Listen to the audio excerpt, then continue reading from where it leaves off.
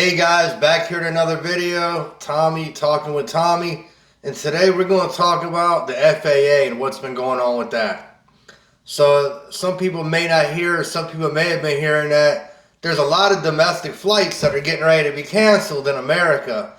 That's just because there's a lot of people that are not coming into work. There's literally about 70 or more percent of air traffic controllers that are just calling out of work because they're not getting paid. So they figure, fuck it, why should I even come in, you know?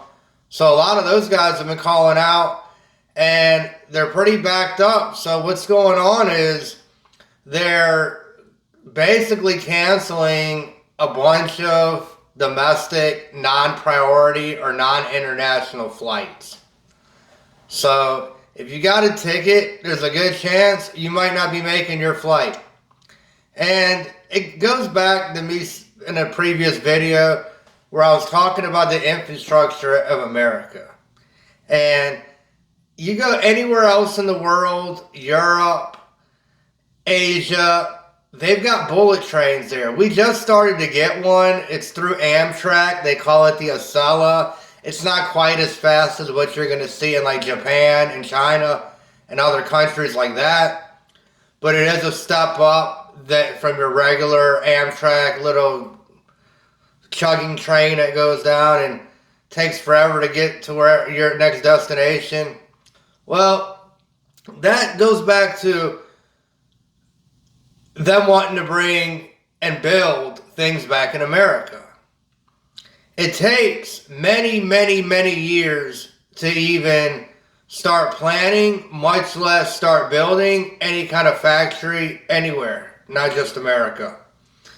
It takes logistics. It takes the people not only to work there, but it takes the people to build such a huge facility and such a great undertaking. So, this brings us to a problem now. You've got people right before the holiday season that have a good chance of not getting to where they have to go for the holidays. And it's already happening because some people leave earlier. Some people have said, you know what? Screw it. I'm not going to go visit my relative that I usually visit in California or New York or wherever your sister, brother, or loved one may live, and you usually go out there every year and you visit them for the holidays. You're seeing a lot of people say now that they're not going to do that this year. They're just going to stay home and chill out because it's not worth the hassle. Now, international flights are still going out and they're on priority, but if we had any type of good infrastructure in this country, rail would have been our backup plan right now.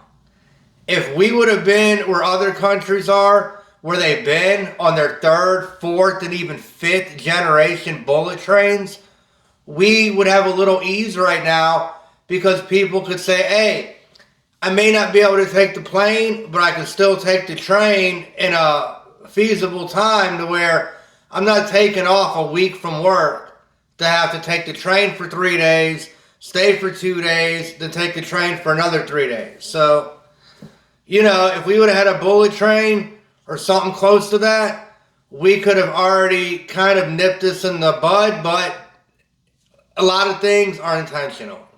For example, I think if we had a mass bullet train system, the airlines would be crushed. They'd probably more than likely go out of business because people wouldn't need to get on airplanes to take regional trips anymore. And they could hop on a train that goes 300 miles an hour to get them to their destination. So now you've got people who are being told as they're on planes that when they get to their next stop, there's a chance the plane may not be able to take them to where they're going. So what do now? You got to book a bus. You got to book another Amtrak train. And these are things that are costing a lot of people headaches to the point where they're just like, you know what? I'm not even going to go and travel this year because I don't want to get caught up in a bad situation during a stressful time of the year anyhow. So that just adds extra on to what's going on with people's everyday lives. And it's also losing millions of dollars for the transportation business when people have said, fuck it, I'm just not going to go this year. I'm going to stay home, and that's going to be it. So that's a problem that we're going to be running into during this shutdown, is more things like this are just going to be breaking down, and it's going to stop working because people are going to call out of work and say, I'm not going to come in, I'm not getting paid, I might as well sit it out until things get back to normal. Well, we're now headed towards the longest government shutdown in history. And not so long ago, a guy named Donald Trump said the Democrats control the House, they control the Senate and the presidency, so the shutdown is on them. Jim Jordan also said the same thing.